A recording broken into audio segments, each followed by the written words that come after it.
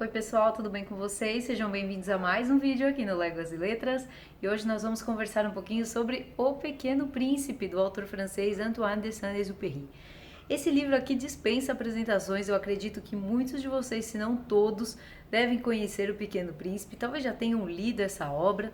Mas apesar disso, tratando-se de uma obra de ficção, eu vou seguir o meu padrão aqui do canal, dividindo esse vídeo em apresentação e análise, até porque nesse primeiro vídeo eu quero tratar sobre alguns pontos da biografia do autor que me chamaram bastante atenção nessa leitura, e também falar um pouquinho sobre a tradução do Pequeno Príncipe, especificamente sobre um ponto que nós já vamos tratar daqui a pouquinho. Aguardem.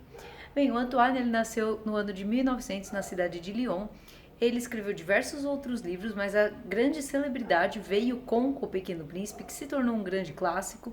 Esse livro aqui é de 1943. Ele tem as aquarelas do autor, essa aqui é uma delas. Essas ilustrações icônicas do Pequeno Príncipe que inspiraram diversos artigos de papelaria, de joalheria, de decoração.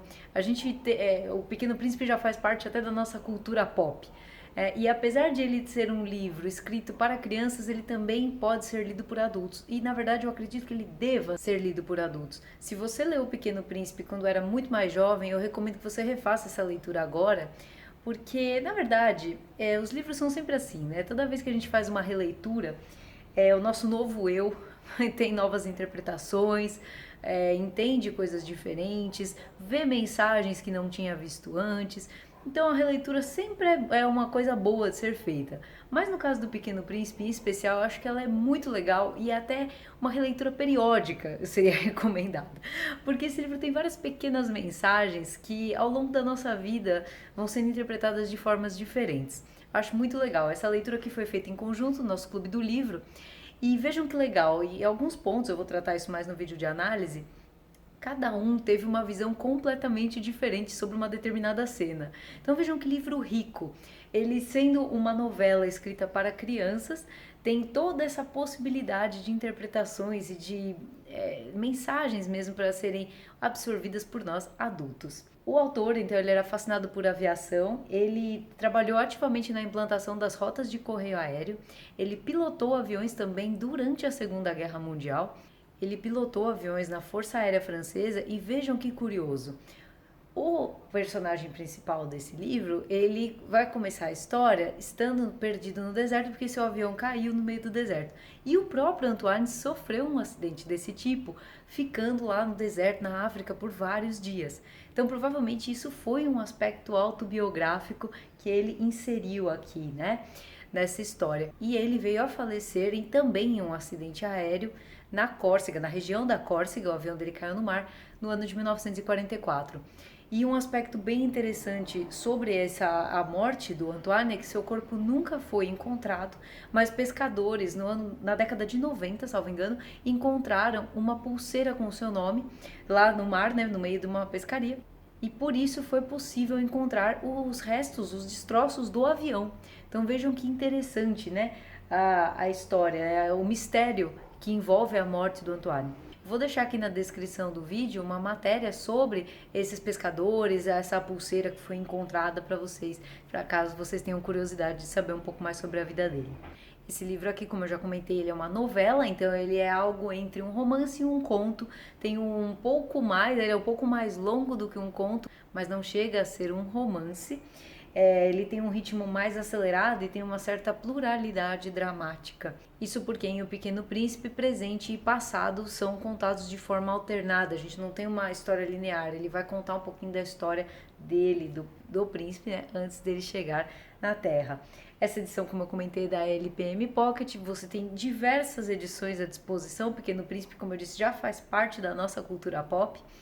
Mas essa edição aqui tem algo de nostálgico para mim, porque quando eu li pela primeira vez era edição física, ainda infelizmente eu não tenho mais o livro. Mas essas aquarelas do autor, assim, esses desenhos são bastante icônicos, né?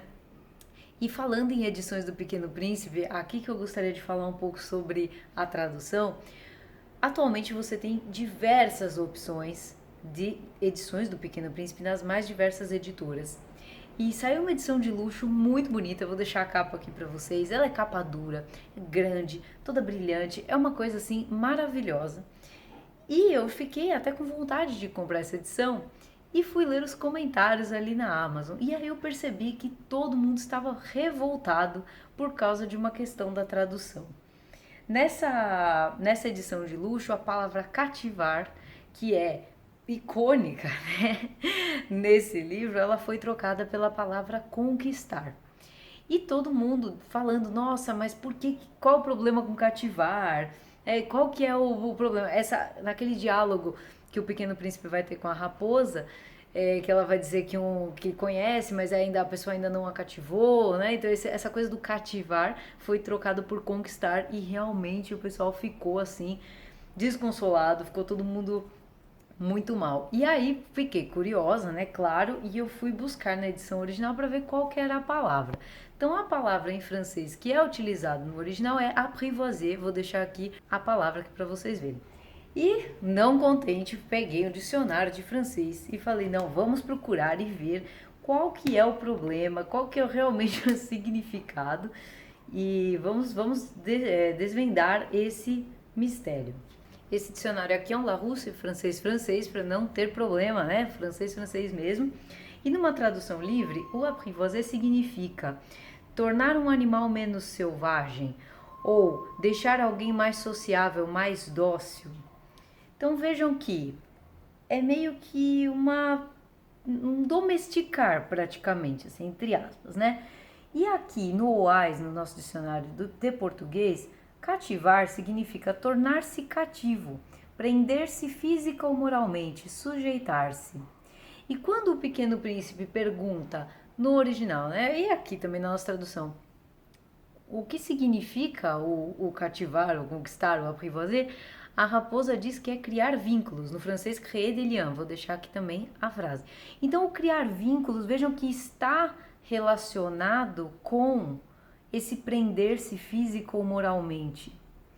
Mas pensando na tradução mesmo, né, tornar um animal menos selvagem ou deixar alguém mais sociável, mais dócil, talvez o conquistar não está equivocado, né?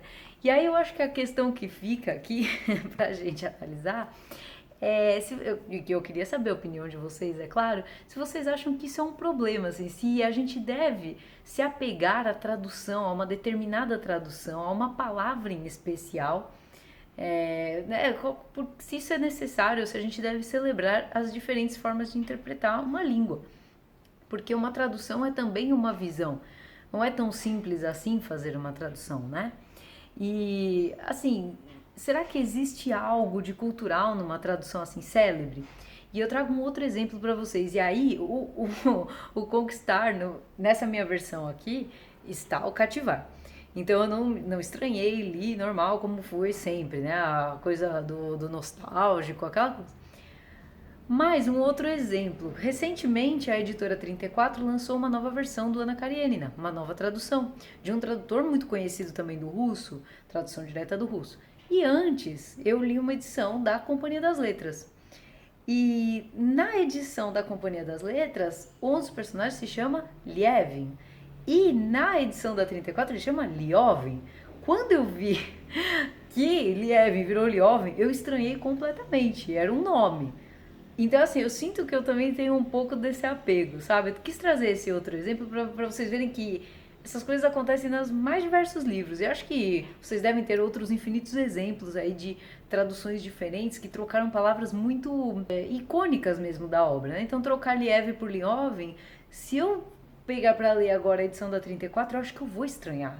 Né? Então, assim, não julgarei quem ficou realmente revoltado porque na edição de luxo trocaram cativar por conquistar. O cativar estava aí no nosso imaginário, na nossa memória coletiva, já muito embrenhado na nossa memória coletiva, né?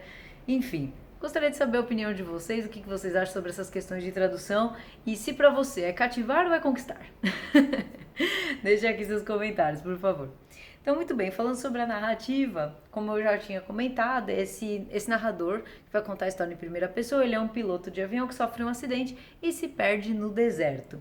E aqui tem esse quê de autobiográfico por causa do acidente que o próprio Antoine sofreu em 1935. Também vou deixar uma matéria sobre isso aqui na descrição do vídeo. E esse piloto vai encontrar esse garotinho no meio do deserto e ele vai descobrir que esse garotinho veio de outro planeta. Ele é um garotinho muito diferente, né? Ele tem uma aparência bem especial. E eu vou até mostrar aqui para vocês os desenhos, né? Que eu gosto muito dessa edição por conta das aquarelas originais, né? E aqui o desenho do Pequeno Príncipe. Olha, gente, sério, lendo esse livro eu fiquei com vontade de comprar a versão física, viu? Não vou confessar a vocês, eu sou muito fã de Kindle, mas nesse livro aqui bateu meu coração mais forte. Bem, então o Pequeno Príncipe vai contar para esse piloto de avião os lugares por onde ele passou, os planetas por onde ele passou até chegar na Terra. E em cada um desses planetas ele vai encontrar alguma pessoa, uma personalidade, né, alguns personagens tipo, sobre os quais nós vamos falar um pouco mais no vídeo de análise mesmo. E essas pequenas histórias vão propor as mais diversas reflexões, por isso que é interessante a gente fazer essa leitura em mais de um momento da vida. É interessante que na penúltima vez que eu havia lido esse livro, antes dessa, com o clube, chorei demais, eu fiquei extremamente emocionada com algumas histórias, assim, eu sou bastante emotiva, quem me conhece sabe que eu choro bastante, choro fácil, né? Eu me emociono bastante com livros e com diversas coisas. Mas dessa vez eu não fiquei tão tocada, mas fiquei tocada emocionalmente, falando de chorar, né? Mas mais reflexiva, assim. É bem, não sei, eu acho que cada momento da vida faz a gente reagir de formas diferentes a leituras. Por isso que é interessante a gente fazer essas releituras. Eu sempre recomendo. Então, esse primeiro capítulo aqui vai narrar um pouco sobre a infância do piloto. E ele vai dizer que ele tinha essa grande paixão por desenhar, mas que os adultos não gostavam muito disso. E ele acabou sendo piloto. Isso também tem um quê de autobiográfico do próprio Antoine. E aqui esse desenho da jiboia com o elefante. A gente quase caiu aqui o Kindle. Esse desenho aqui da jiboia com o elefante dentro, ele vem para sinalizar, para explicar um pouco sobre a sabedoria das crianças frente aos adultos, porque o adulto só vê o chapéu e a criança vê o elefante dentro da jiboia. Os personagens desse livro, então, são o piloto mesmo, esse que vai representar esse adulto que ainda tem dentro de si um pouco dessa imaginação da criança. Ele diz que essa imaginação foi tolhida quando ele era menor, quando ele fez aquele desenho da jiboia que ninguém entendeu o que era, tal, e ele acabou sendo piloto de aviões, mas a partir do momento em que ele vai encontrar o Pequeno Príncipe, ele vai deixar essa imaginação, esse lado infantil dele aflorar. Ele vai fazer desenhos para o Pequeno Príncipe, ele vai ouvir as histórias do Pequeno Príncipe. Então a gente vai pensar um pouco mais sobre isso no vídeo de análise também. O Pequeno Príncipe, ele é uma criança que vai aparecer ali no meio do deserto para ele. E uma das reflexões que nós fizemos é que talvez essa criança ela não seja real. Nós vamos falar mais disso no vídeo de análise. Mas a função do Pequeno Príncipe ao longo da história, no meu entender, é mostrar para esse piloto os absurdos, os defeitos, as características e as idiosincrasias dos adultos e, assim, mostrar como que é estranho mesmo, como a gente muda da infância para a idade adulta. Nós vamos ter também o personagem da Flor, que é uma flor cultivada pelo Pequeno Príncipe, mas ela fala, né? Ela tem os seus espinhos, ela é orgulhosa, ela é dramática, ela vai representar esse tipo de pessoa. Vamos ter também a raposa, sobre a qual nós já falamos um pouquinho na questão da tradução, né? E essa raposa vai trazer para o Pequeno Príncipe diversos ensinamentos sobre o valor da amizade, o valor dos relacionamentos, e tem aí os diálogos mais bonitos do livro, né? Na minha opinião, são os mais bonitos diálogos do livro. Os personagens que o Pequeno Príncipe encontrou nos outros planetas antes de chegar até a Terra, eu entendo que eles são representações, são formas de simbolizar essas características e defeitos dos adultos, esses vícios. E cada um desses planetas vai oferecer para nós uma pequena lição, né, para cada um de nós. E essas lições, o quanto a gente vai sentir, o quanto a gente vai absorver dessas lições, eu acho que vai mudando ao longo da nossa vida e das releituras de O Pequeno Príncipe. Esse livro, portanto, é muito aberto a interpretações, ele merece ser relido mesmo. E para mim, dessa vez, a ideia principal, assim, a mensagem da obra, a grande moral, foi essa questão da gente dar menos valor a coisas que ele vai chamar de coisas de adulto e valorizar mais os relacionamentos, as pessoas com quem a gente se relaciona, as pessoas próximas, tentar entender, ter essa coisa um pouco mais, um sentimento mais aflorado, em detrimento das coisas de adulto que são mais frias e calculistas. Bem, essa foi então a apresentação sobre o Pequeno Príncipe. Espero que vocês tenham aprendido coisas novas nesse vídeo, como eu também aprendi fazendo essa pesquisa. E se você já conhece a história ou não tem problema com spoilers, fique aqui para o próximo vídeo em que vamos fazer algumas análises, algumas interpretações sobre a obra. Muito obrigada, pessoal, um grande abraço a todos e até o próximo vídeo.